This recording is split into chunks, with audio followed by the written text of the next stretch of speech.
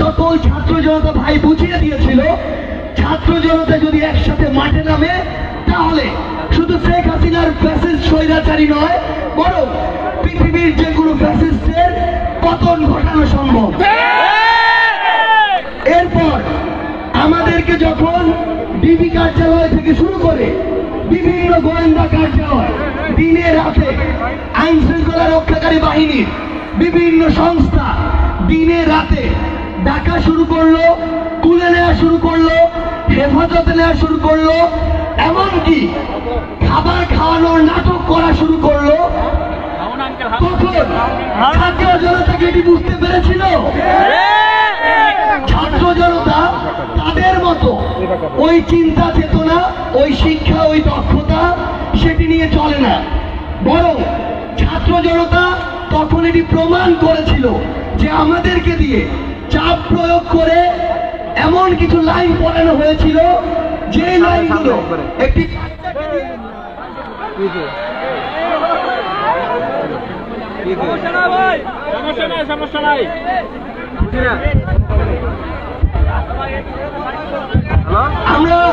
আমরা হারুন ভাইয়ের স্ক্রিপ্ট নিয়ে কথা বলছিলাম। হারুন ভাই মানে ভেজাল, এটার প্রমাণ ছিল এটা।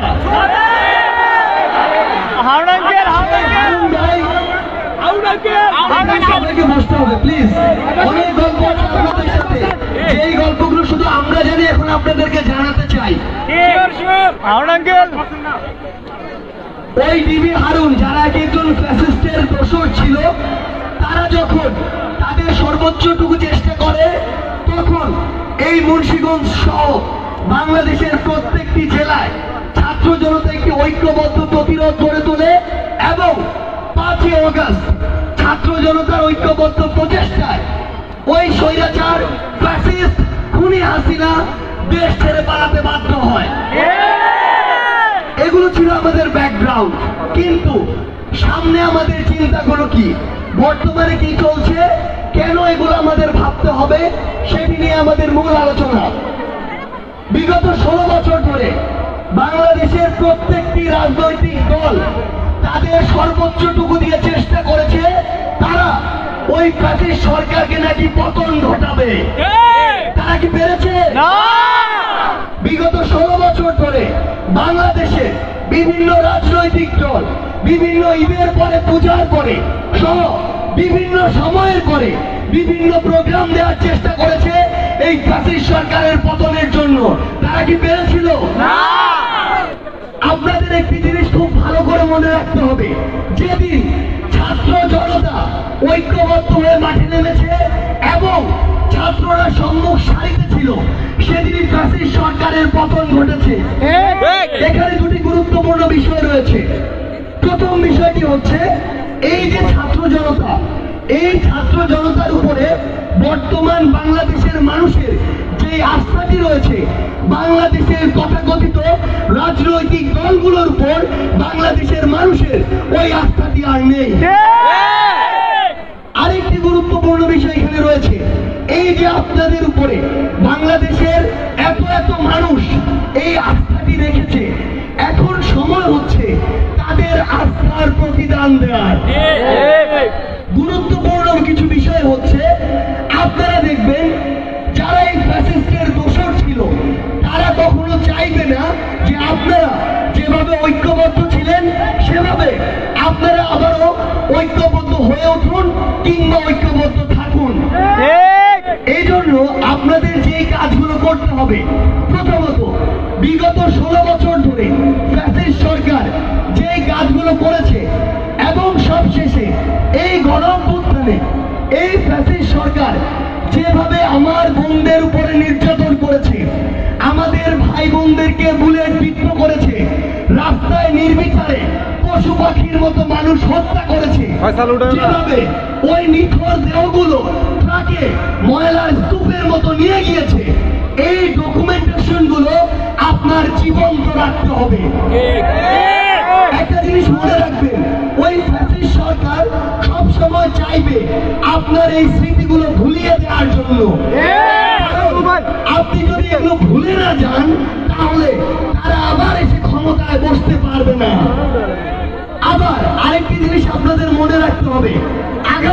এই বাংলাদেশে যারা শাসন করবে কিংবা রাজনীতিতে নেতৃত্ব দিবে, তারাও চাইবে যদি তাদের উদ্দেশ্য থেকে আবার কোন ফ্যাসিস্ট সরকার কায়েম করার, তারাও চাইবে আপনার স্মৃতি থেকে এই ফ্যাসিজম গুলো মুছে দেওয়ার জন্য।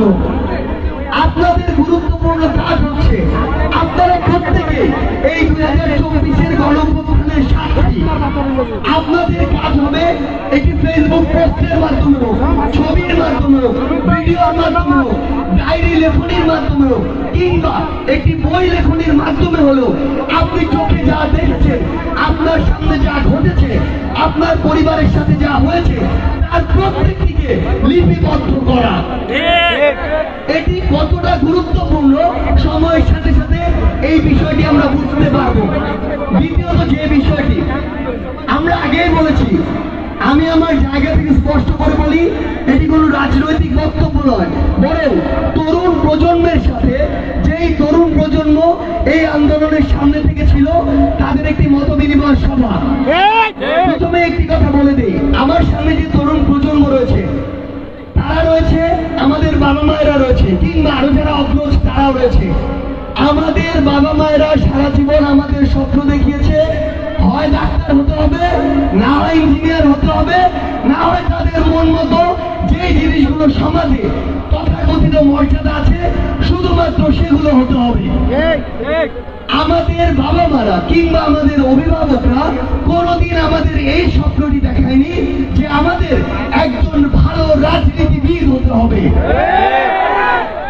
আমাদের একটি জায়গায় স্পষ্ট করা প্রয়োজন, আপনি যে বাংলাদেশে আজকে থেকে যা কিছু খাচ্ছেন, যা কিছু করছেন, যে আইন মানছেন, যে দায়িত্বগুলো পালন করছেন, যে নীতি সংবিধানের মধ্যে আছে, যে রুলস গুলো মেনে চলেন, যেভাবে একটি দেশের সিস্টেম পরিচালিত হয়, তার প্রত্যেকটি নির্ধারণ হয় ওই জাতীয় সংসদ থেকে।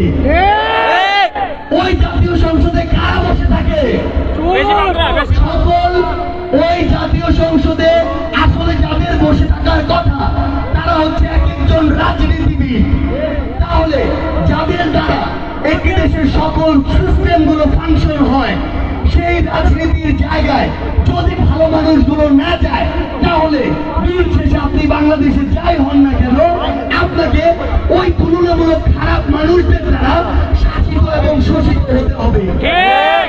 সেই জায়গা থেকে আপনি যদি চান যে যোগ্য মানুষগুলো, মেধাবী মানুষগুলো দেশের কার্যক্রম পরিচালনায় যাক, আপনি যদি চান দেশের তরুণ প্রজন্ম এবং ওই শিক্ষিত জেনারেশনটি ওই সংসদে গিয়ে আপনার জন্য পলিসি নির্ধারণ করুক, তাহলে হয় আপনাকে রাজনীতিবিদ হতে হবে, না হয় আপনাকে রাজনৈতিকভাবে সচেতন হয়ে উঠতে হবে। কারণ দিন শেষে রাজনীতির বাইরে কিছুই নাই।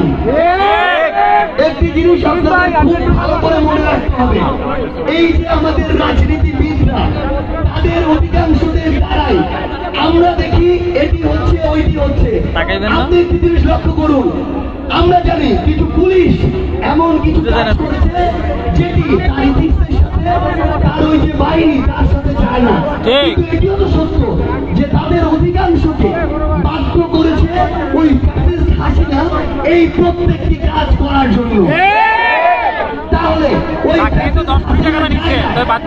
স্বরাষ্ট্রমন্ত্রীর জায়গায় কিংবা প্রশাসনের প্রত্যেকটি জায়গায় কিংবা সংসদ ভবনের পলিসি মেকিং এ যদি আপনাদের মতো দেশের স্পিরিট, 24-এর গণঅভ্যুত্থানের স্পিরিট নিয়ে চলা মানুষগুলো অংশগ্রহণ না করে, তাহলে দিন শেষে আজকে থেকে 1 বছর পরে হোক, 2 বছর পরে হোক, যেরকম ফ্যাসিস্টদের দ্বারা 16 বছর চলেছে, ওই রকম কোন না কোন ফ্যাসিস্ট দ্বারা আজকে থেকে কয়েক বছর পরে আবার এই দেশ পরিচালনা হবে। আপনারা কি এটা চান? আপনারা কি এটা চান? যদি আপনারা না চান, তাহলে আপনাদের হয় মেধাবী এবং দক্ষতা সম্পন্ন হয়ে ওই রাজনীতিতে প্রবেশ করতে হবে, অথবা রাজনৈতিকভাবে সচেতন হয়ে উঠতে হবে। এখন আমাদের জায়গায় খুব গুরুত্বপূর্ণ কিছু কথা রয়েছে, যে কথাটি হচ্ছে শিক্ষা নিয়ে। আমাদের তরুণ প্রজন্ম এখন সবই ভালো লাগে পড়াশোনা ছাড়া। আমাদের সোশ্যাল মিডিয়া যখন আমরা ফোনে যাই 10টার দিকে, মানে আমাদের চিন্তাটা এমন হয় 9:55 ফেসবুকে ঢুকি, এই চিন্তা করে আর 5 মিনিট পরে 10টায় পড়তে বসবো। যখন একটু পরে দেখি ফোনে কয়টা বাজে, দেখি 10:45, তাহলে আর 15 মিনিট চালাই 11টার দিকে পড়তে বসবো। তারপরে যখন 11টা বাজে, 11টা বাজার পরে অন্য একটা ইম্পর্টেন্ট কল আসে, যেই কলের জিনিস, যে কলের কথা কাউকে বলা যায় না। আমরা এগুলোর সবকিছুই করতে পারি যদি স্টুডেন্ট অবস্থায় স্টুডেন্টের যে প্রধান রেসপন্সিবিলিটি পড়াশোনা করা সেটি ঠিক থাকে। কিন্তু এটা সত্যি যে আমরা আমাদের পড়াশোনার প্রতি যে মনোযোগটা, সেই মনোযোগ থেকে আমাদের একটি মনোযোগচ্যুতি ঘটেছে। সেটা শুধু এই আন্দোলন কেন্দ্রিক না, আন্দোলনের পূর্বেও ছিল। আমরা সোশ্যাল মিডিয়ায় একটা জিনিস দেখতে পাই, কিছুদিন আগে একটা শব্দ দেখছিলাম, কে এই আন্দোলনের মাস্টার মাইন্ড, এই শব্দটা আমরা বারবার দেখেছি। ফ্যাক্ট হচ্ছে আন্দোলনের মাস্টার মাইন্ড যেই হোক না কেন, এই আন্দোলনে একটা গুরুত্বপূর্ণ ইন্টেলেকচুয়াল উইং ছিল, যারা প্রত্যেক দিন 10 থেকে 12 ঘন্টা পড়াশোনা করত এবং তারা পৃথিবীর হিস্ট্রি, পৃথিবীর গণ অভ্যুত্থান, পৃথিবীর ইতিহাস এগুলো পর্যালোচনা করত এবং তারা এই গ্রুপটি হতে পারে 10 জনের 15 জনের গ্রুপ, এই গ্রুপটি শেষে সিদ্ধান্তে আসতো যে আমরা এগুলোর ভিত্তিতে কিভাবে আমাদের কালকের কর্মসূচিটি সেট করতে পারি। আপনারা দেখেছেন এই 16 বছরে অসংখ্য রাজনৈতিক দল অসংখ্যভাবে চেষ্টা করেও এই ফ্যাসিস্ট সরকারের একটি খুঁটিও টলাতে পারেনি। কিন্তু এই ছাত্র জনতা যখন রাজপথে নেমেছে আর ওই রকম একটি পড়ুয়া ইন্টেলেকচুয়াল গ্রুপ যারা একই সাথে প্রত্যেক পড়াশোনা করেছে, বাস্তবসম্মত ইতিহাস ঘেটেছে এবং বর্তমানে চলমান যে ঘটনাগুলো এগুলোর সাথে রিলেট করে শিক্ষা নিয়ে কর্মসূচিগুলো দিয়েছে, তখনই আমাদের এমন একটি আন্দোলন সফল হয়েছে। সেই জায়গা থেকে আমাদের তরুণ প্রজন্মের প্রতি বৈষম্য বিরোধী ছাত্র আন্দোলনের একটি গুরুত্বপূর্ণ আহ্বান হচ্ছে, আমরা আপনাদেরকে অনুরোধ করি আপনাদেরকে আগে ওই ভিতরের কোয়ালিটির জায়গা থেকে ওই লেভেলের স্কিলফুল হতে হবে। আপনি যত স্মার্ট হন না কেন, আপনার হাতের মোবাইল ফোনটি যতই আপডেট হোক না কেন, আপনার চুলের হেয়ারস্টাইল যেমনই হোক না কেন, আপনার ড্রেসের দাম যতই হোক না কেন, আপনি দেশের যেই জায়গা থেকে শপিং করেন না কেন, কিংবা আপনার পার্সোনাল মানুষের স্ট্যাটাস যতই ভালো হোক না কেন, দিন শেষে আপনার সাথে একজন কোয়ালিটিফুল মানুষ যদি 2 মিনিট কথা বলে, বুঝে যাবে আপনার ভিতরে কি আছে। আপনি আপনার বাইরে বা বাহ্যিক কোনো কিছু দিয়ে এই ইন্টারনাল কোয়ালিটিকে কখনো তুলনা করতে পারবেন না, ইমপ্রুভ করতে পারবেন না।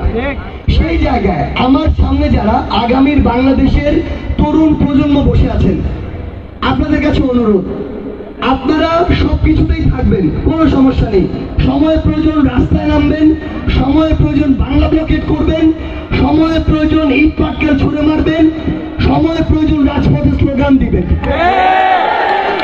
কিন্তু এটাও মনে রাখতে হবে, স্টুডেন্ট অবস্থায় আমাদের প্রথম এবং প্রধান কাজটি হচ্ছে আমাদের পড়াশোনা ঠিক রাখা।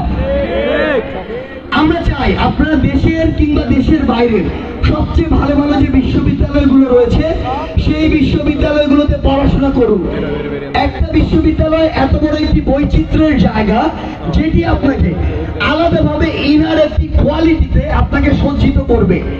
আমরা আপনাদের রিকোয়েস্ট করি, আপনারা আপনাদের অন্তত কলেজ লেভেল, অ্যাডমিশন লেভেল পর্যন্ত ভালোভাবে এই পড়াশোনাটা আপনাদেরকে কন্টিনিউ করতে হবে। আপনারা করবেন কিনা? আপনাদেরকে দেশের সেরা বিশ্ববিদ্যালয়গুলোতে দেখতে পাবো কিনা? কি কনফিডেন্ট নাই নিজের ভিতরে? দেখতে পাবো।